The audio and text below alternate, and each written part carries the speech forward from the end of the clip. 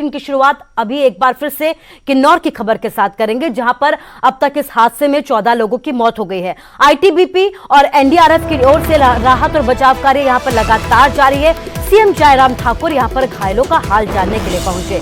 मृतकों के परिजनों के लिए 4-4 लाख रुपए देने का ऐलान भी किया गया है। सीएम जयराम ठाकुर की तरफ से केंद्र सरकार ने भी मुआवजे का ऐलान किया है। मृतकों के परिवार वालों को 2-2 लाख रुपए की जो है मदद दी जाएगी। आर्थिक तौर पर घायलों के इलाज के लिए भी 50-50 हजार की आर्थिक मदद का यहां पर ऐलान किया गया है। तो किन्नौर का पूरा हाल हम आपको बता रहे हैं, जहां पर रेस्क्यू अभियान लगातार जारी है। लेकिन इस बीच आपको बता दें कि इस हादसे में अब तक 14 लोगों की मौत की खबर सामने आई है। आईटीबीपी और एनडीआरएफ की ओर से लगातार यहां पर राहत और बचाव कार्य जारी है। इस बीच कई लोगों को रेस्क्यू कर लिया गया है, कई लोगों को बाहर निकाल लिया गया है।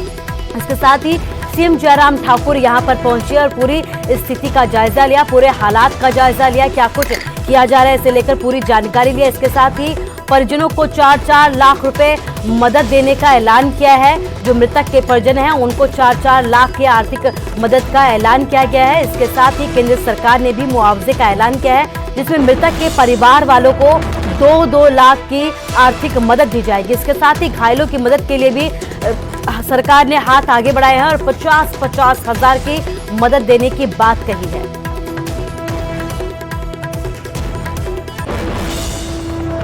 जानकारी के मुताबिक 14 लोगों की मृत्यु हुई है, 13 लोग उसमें घायल हुए हैं। जहां तक सरकार की ओर से जो बात करने की है, क्योंकि घटनाएं आइसोलेटेड हो रही है, ये कहाँ ऐसा जिसकी कल्पना नहीं की जा सकती है।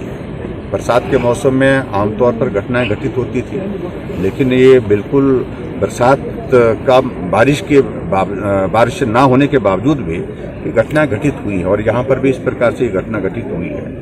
और मुझे इस बात को लेकर के खेद है और हमारी एनडीआरएफ की टीम और उसके बाद आईटीबीपी की टीम ने बहुत अच्छा काम किया है। आईटीबीपी के जवानों ने बिल्कुल तुरंत जो है अपनी कार्रवाई जितनी जल्दी की जा सकती थी। प्रदेश सरकार की ओर से हमने कहा कि 4 लाख रुपए जो मृतक हैं उनको दिया जाएगा, उनके परिवार को दिया जाएगा और उसके बाद जो गंभीर रूप से घायल है 50,000 रुपये उनको दिया जाएगा और इसके अलावा उनके ट्रीटमेंट का खर्च जो है वो गवर्नमेंट।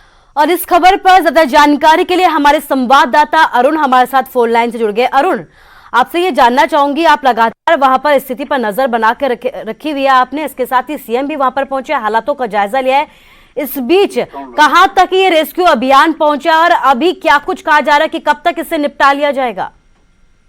जी, जब मुख्यमंत्री मौके पर पहुंचे तो उन्होंने एक बात यही कही कि करीब 2 घंटे के बाद स्थिति स्पष्ट हो जाएगी। लेकिन अभी यहाँ स्थिति ये है कि हवा चल रही है और पहाड़ी से पत्थरों के छोटे छोटे कण फिर से गिरने शुरू हो गए हैं।